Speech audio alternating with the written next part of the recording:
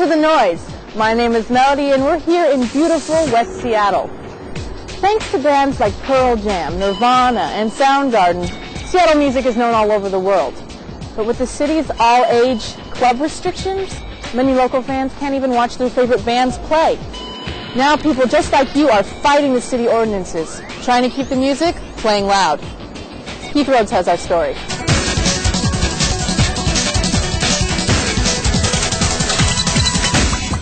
When you're not 21, there's like nowhere I can go to see a band. I think that sucks. Even if you're 1 month away from being 21, kids have nowhere to go. It sucks. In the city of Seattle, if you're not 21, your options are limited as far as what you can do. One of the reasons is an old piece of legislation which is still haunting the city to this day. It's called the Teen Dance Ordinance. The Teen Dance Ordinance was written in '85, essentially because there were some problems with some clubs that were going on at the time, and so some legislators got together and decided that they needed to have some sort of regulations for the city to be able to regulate clubs. When the lawmakers and the authors of the Teen Dance Ordinance were writing it, they didn't quite understand music culture. In the name itself, the Teen Dance Ordinance, it actually was only written to apply to dances.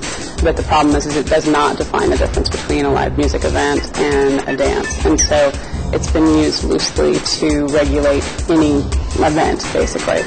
And it's sort of used as a tool of harassment.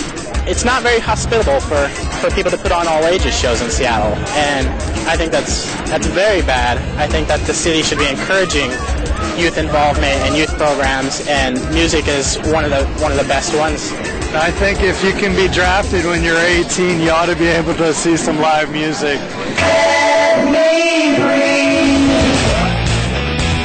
Seattle's supposed to have this huge music scene, and it doesn't exist unless you're 21. It just doesn't. If you have, a new promoter who may even just be a 17, 18-year-old kid who just wants to put on a show, unless it's a venue that holds less than 150 people, they're going to be forced to comply with the ordinance in theory, and it's not possible for someone. Solution? I think the solution could be... We decided that we would form a task force consisting of about 20 people to basically either get rid of the Teen Dance Ordinance or, more importantly, to change it with the goal of making music more accessible to youth.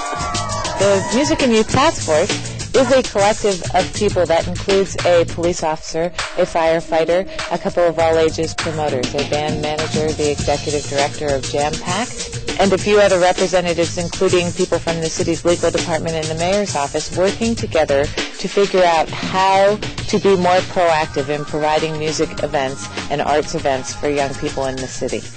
The Music and Youth Task Force has a lot of work to do to try to find solutions to the problems in the Teen Dance Ordinance. Some members of the committee like it the way it is, others don't. Our position from the very beginning has been for an all-out repeal of the Teen Dance Ordinance. The Teen Dance Ordinance, as it stands, should completely be overturned. It's full of contradictions. Any task force, of course, is just recommendations, and they have to go to the lawmakers. So it's going to be the council members that will decide whether or not the Teen Dance Ordinance will be repealed and whether or not it will be replaced by another ordinance or guidelines. So city council members will take recommendations from the task force on what to do about the Teen Dance Ordinance. And even with all the debating, I think task force members did agree with what they heard from people like you on one thing. So much of youth culture is about music, and I think that music should be for people of all ages, always. Our goal is to increase music in the city of Seattle, increase music to all people, young and old. Music just helps, I think it just helps you get through all kinds of things. they're on fire for this music. It is their passion. It's the language of their heart. It's what they live for. You go through an entire week of school and you know that on Friday night at 8 o'clock you show up to this venue and there's going to be a show and you'll be able to dance. You'll be able to dance to live music. It's a chance to see what the band's really like outside the studio. As a band, they give back so much energy. Anything you put out comes back tenfold when you play. It's not too late to get involved and voice your opinion about the Teen Dance Ordinance.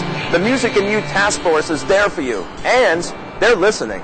I encourage kids and young people to start attending the Music and Youth Task Force meetings if they haven't already.